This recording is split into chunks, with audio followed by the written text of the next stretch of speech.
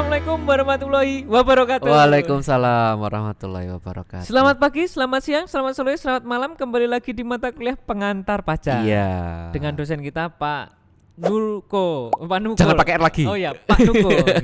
Kenapa selamat pagi, kenapa selamat siang, kenapa selamat sore, kenapa selamat malam? Berlipat. Karena mungkin mahasiswa mendengarkan, melihat video ini saat mau tidur. Iya, tengah malam juga mungkin ya. Habis tahajud ada juga. Iya. Oke. Kalau kemarin kita membahas di pertemuan kedua sesi pertama. Nah, sekarang kita masuk ke pertemuan 2 sesi kedua. Silakan Pak Nuko. Oke. Kalau di pertemuan sebelumnya kita sudah membahas tentang apa itu NPWP ya. Nah, ya, ini betul, kelanjutannya kita masuk ke PPKP. Wah, apa itu? Istilah Apa baru itu lagi loh buat saya. Iya. PPKP. Banyak istilah-istilah ya. Iya, betul. PPKP itu pengukuhan pengusaha kena pajak. Jadi apakah setiap penjual ya atau itu apakah dikenakan mengenakan pajak? Tidak semuanya. Misalkan gimana? Ya, Pak Bandi, Bu Bandi. Pak Bandi ini mahasiswa pasti kenal nih Pak Bandi. Bandi pasti kenal kan. Nah, kalau Anda makan tempatnya Pak Bandi, Pak Bandi mengenakan PPN enggak? Bu Bandi, Deng. Bu Bandi bukan Pak Bandi, Bu Bandi. Yang usaha ya Bu Bandinya. Oke. Mengenakan PPN enggak? Enggak. Karena ya? apa? Bu Bandi itu bukan pengusaha kena pajak. Oh, karena dia bukan pengusaha. Bukan pengusaha kena pajak. Tapi coba Anda makan di McD. Ada PPN ya. Ada PPN-nya. Nah, itu juga ada syaratnya juga. Jadi tapi itu bisa ya Pak Nuko? Artinya gini, saya sebagai pengusaha warung, saya bisa kena pajak. Saya bisa jadi pengusaha kena pajak. Saya bisa jadi pengusaha yang nggak kena pajak. Bisa.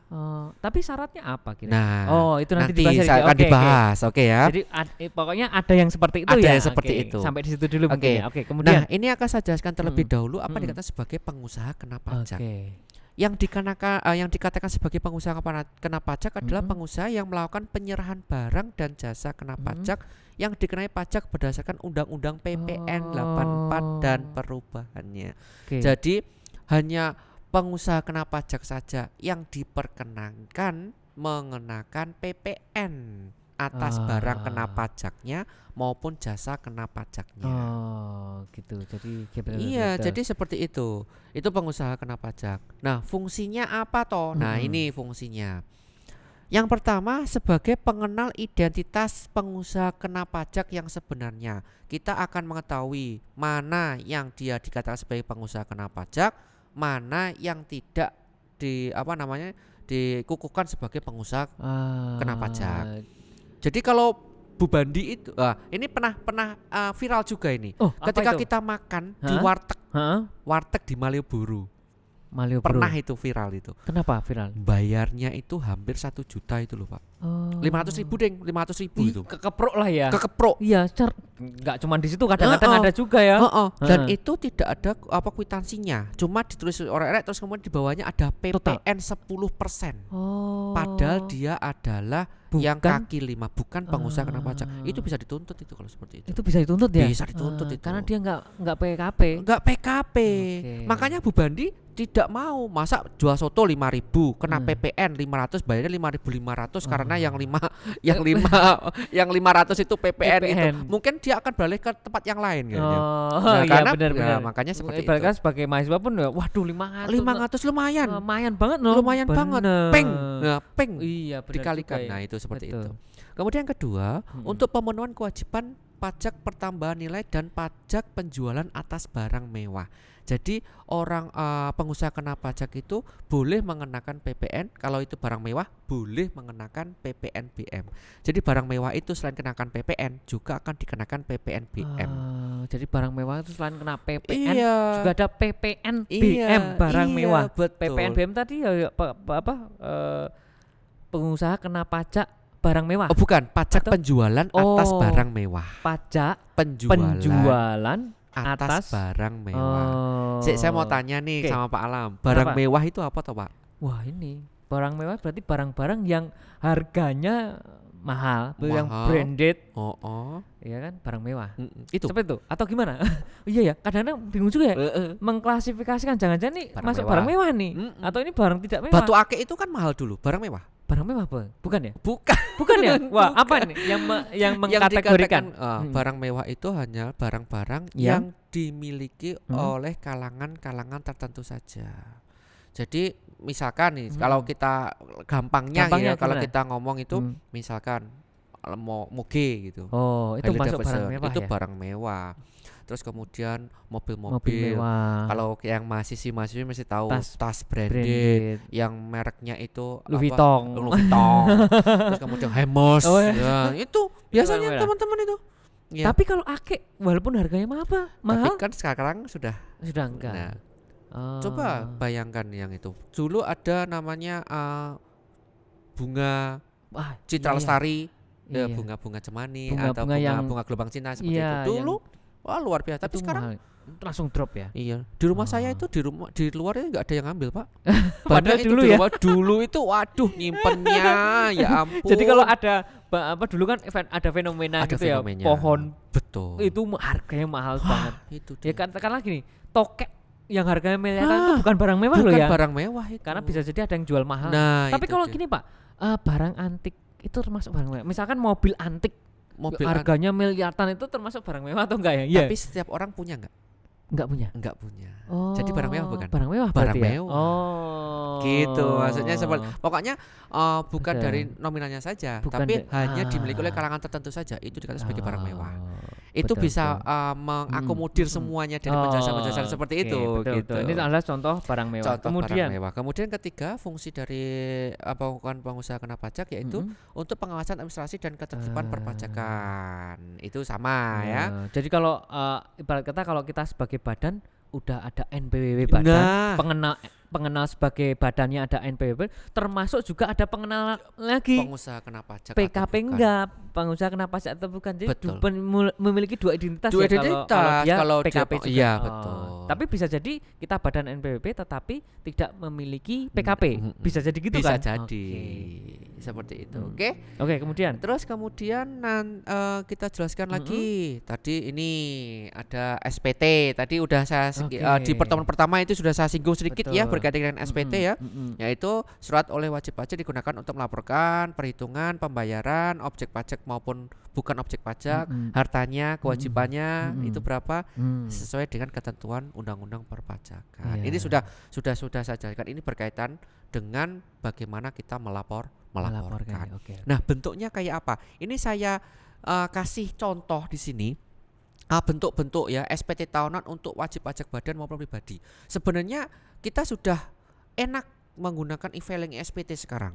Ya, tapi di sini saya biar teman-teman mahasiswa itu tahu kayak apa tuh bentuknya SPT itu. Jadi waktu kita melapor pajak kan kita melaporkan kekayaan kita, pendapatan kita. Itu ada formnya. Ini formnya itu. Betul. Ini kalau pengisian badan itu cuma satu ya, tapi ini sebenarnya ada lampirannya banyak banget itu. Tapi ini saya tampilkan cuma yang paling depan. Yang paling depan ya. Iya. Kemudian nanti ini yang orang pribadi. Orang pribadi itu ada dua. Ada formulir 1770S sama formulir 1770SS. Sama bedanya apa? SS. Iya. Bedanya, Pak? S-nya 2. Kalau yang S-nya 1, S-nya 1, penghasilan per tahunnya lebih dari 60 juta. Per tahunnya ya. Per tahunnya. Tapi kalau yang double S kurang dari 60 juta. Kurang dari 60 juta. Penghasilan per tahunnya. Per tahun. Penghasilan bukan kotor ya? Penghasilan lah ya, dapatnya berapa ya? Itu. Soalnya nanti formnya juga berbeda gitu. Ya ini yang S yang penghasilan per tahunnya lebih dari 60 juta. Jadi kalau kita mau laporkan pajak kan otomatis kita melaporkan dulu nih SPT kita dulu nih. Betul. Berapa kekayaan kita, berapa penghasilan kita. Iya. Itu kalau badan formulirnya namanya 1771 itu nomor itu. Jadi sudah di fix ya udah itu.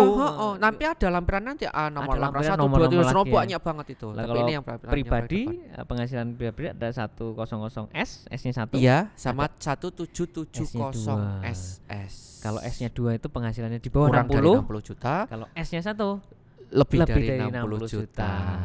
Yang tahu siapa? Diri kita sendiri. Iya, kan kita ngitung sendiri. Self assessment ya gitu kan. Kemudian. Nah, fungsinya apa? Nah, fungsinya itu ada sebagai sarana untuk melaporkan dan mempertanggungjawabkan perhitungan jumlah pajak yang sebenarnya terhutang. Betul. Kemudian yang kedua, untuk melaporkan pembayaran atau pelunasan pajak yang telah dilaksanakan sendiri atau melalui potongan, yaitu pajak pihak lain dalam satu pajak tahun yang sama. Gitu. Itu fungsi dari SPT. Oke. Kalau jenisnya kan tadi kemarin sudah ya, ada SPT masa, ada SPT tahunan ya. Kalau SPT SPT masa itu berarti surat ya oleh wajib pajak yang digunakan untuk melakukan suatu masa pajak. Kalau SPT tahunan itu berdasarkan tahun pajak. Tahun pajak adalah Januari sampai Desember. Nah, ini yang perlu diketahui juga batas waktunya. Nah, ini kadang teman-teman itu banyak yang salah di sini. Batas waktunya. Nah, tadi kan saya jelaskan ada SPT masa, ada SPT tahunan. SPT masa itu untuk batas waktu penyampaian SPT-nya paling lama 20 hari setelah akhir masa pajak. Misalkan bulan Januari, maksimum itu tanggal 20 Februari. Bulan berikutnya. Itu maksimum untuk laporan penyampaian SPT masanya. Seterusnya seperti itu. Jadi paling lama 20 hari setelah masa pajak. Kemudian untuk SPT tahunan. SPT tahunan itu ada dua. SPT tahunan untuk pribadi sama untuk SPT tahunan badan. Kalau untuk yang pribadi itu paling lama 3 bulan setelah akhir tahun pajak. Misalkan periode Januari sampai Desember 2019. Berarti berakhirnya tanggal 30 Maret 2020. Bulan Maret ya, karena 3 bulan ya. 3 bulan. Itu untuk pribadi. Tapi kalau untuk yang badan itu 4 bulan setelah akhir tahun pajak, berarti terakhir tanggal 31 April. Akhir April lah ya. Akhir April. Itu terakhir. Itu batas waktu kita harus melaporkan SPT kekayaan kita, penghasilan kita ada berapa, itu batas waktunya ada. Terus Pak, kalau kita itu untuk SPT masa kita terlambat, misalkan 20, ternyata kita nyantor 25. Kenapa itu nanti? Gimana? Denda? Kena sanksinya. Sanksi ya. Ada sanksi namanya. Kalau telat kena sanksi. Betul. Untuk pribadi, kalau kemudian pribadi tahunan ya, untuk 1 tahun itu kalau telat gimana? Kena sanksi berapa? 100.000 per tahun. Per tahun ya. Jadi kalau kita nggak lapor. Kalau kita udah nggak lapor 3 tahun ya kena sanksi 300.000 kali 3. Tapi jadi jangan khawatir, lapor aja. Sekarang enak kok. Sambil rebahan juga bisa, sambil makan aja juga bisa, sambil tiktokan juga bisa sebenarnya. Sambil goes apalagi bisa banget. Sambil tiktokan kalau asal HP-nya 2. HP-nya 1 nggak bisa Pak. Kemudian. Untuk yang badan itu nanti kalau dia terlambat itu maka kena sanksi 1 tahunnya itu 1 juta kalau badan. Kalau badan 1 juta, kalau pribadi 100.000 per tahun. Iya. Kemudian. Terus kemudian ini cara menyetor. Surat setoran pajak. Waduh, ada surat setoran pajak. Ada SSP. SSP. Iya, itu adalah bukti pembayaran atau penyetoran pajak yang telah dilakukan dengan menggunakan formulir atau dengan cara lain ke kas negara melalui tempat pembayaran yang ditunjuk oleh Menteri Keuangan atau bank atau kantor pos contohnya.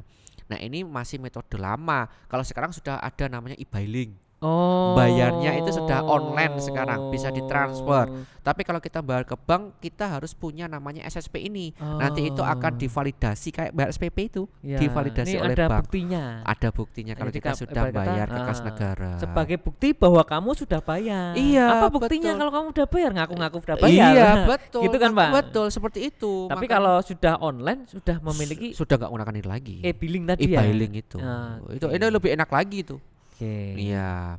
Nah, ini fungsinya bukti pembayaran pajak yang telah disahkan oleh pejabat kantor penerima pembayaran berwenang dan divalidasi. Betul. Gitu.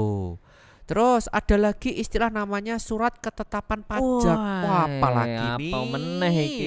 Singkatannya boleh disingkat SKP. Iya, ada juga singkatannya. Ada singkatannya SKP. Adalah surat ketetapan yang meliputi surat ketetapan pajak kurang bayar. Wah, maksudnya gimana nih? Kurang bayar tuh misalkan kita berdasarkan hitungan kita bayarnya 10 juta, cuma kita baru bayarnya itu 5 juta, 5 juta. berarti kurang 5 juta. Itu biasanya ada namanya SKP. 5 juta tadi karena kurang bayar kamu akan dapat surat ketetapan pajak Surat gitu ya. pajak. Iki loh bayarmu sebenarnya. Itu dikeluarkan dari ininya, Kantor dari pajak. Jadi misalkan aku Iya. kudune pajaknya 10 juta, tak bayar 5 juta. Iya. Saya dapat nih surat cinta Iya, dari betul. pajak ini SKP-mu, Iya. surat ketetapan. Oh, kurang bayar tuh aku. Gitu ya, Pak Iya. ya. Oke. Begitu juga sebaliknya, lebih bayar pun juga akan ada itu. Akan ada SKP-nya juga. Ada SKP-nya juga. Iya, paham Ya. Oke. Gitu Surat ya. ketetapan pajak kurang bayar atau malah justru Lebih kelebihan bayar. ya. Kalau kelebihan gimana? Kalau kekurangan gimana? Ya Oke. kita harus membayar, harus Ah. melunasi kekurangan. Nah, lebih bayar gimana? Ada 2 kemungkinan. Ada 2 Yang kemungkinan ya. pertama restitusi. Restitusi. Iya. Yang kedua. Yang kedua itu diakumulasikan dengan periode sebelumnya. Restitusi gimana? Dikembalikan, disusui. Tak kembalikan. Tak kembalikan. Misalkan kurang bayarnya 5 juta, lebih bayarnya 5 juta. Tak balik. Berarti tak kembalikan 5 juta. Tapi boleh diakumulasikan dengan penghasilan pajak periode berikutnya. Misalkan sekarang lebih bayarnya 5 juta. Ternyata periode berikutnya itu kita kurang banyak 5 juta. Kita nggak usah bayar. Karena apa? Kita masih nyimpen di sana. Ibarat kata kita nyimpen lah untuk nanti atau Betul. nyimpen untuk tagihan yang lain, Betul. tagihan pajak yang lain. Itu namanya akumulasi ya. Akumulasi. Oke, mungkin sampai di sini dulu Oke, pertemuan siap. kita di sesi kedua ini. Iya. Masih ada lagi kan, Pak? Masih Tinggal sedikit atau dua sampai sekali kita lagi. kita tutup sampai di sini Oke, dulu. Kita siap. masuk ke sesi ketiga. Oke. Tadi kita bicara tentang banyak hal ya untuk di sesi dua ini dari dari ada istilah SPT, kemudian ada istilah SSP dan Iya. SKP. Mungkin nanti kita akan rekap di sesi ketiga. Terima kasih sampai di sini dulu. Terima kasih. Assalamualaikum warahmatullahi wabarakatuh. Waalaikumsalam warahmatullahi wabarakatuh.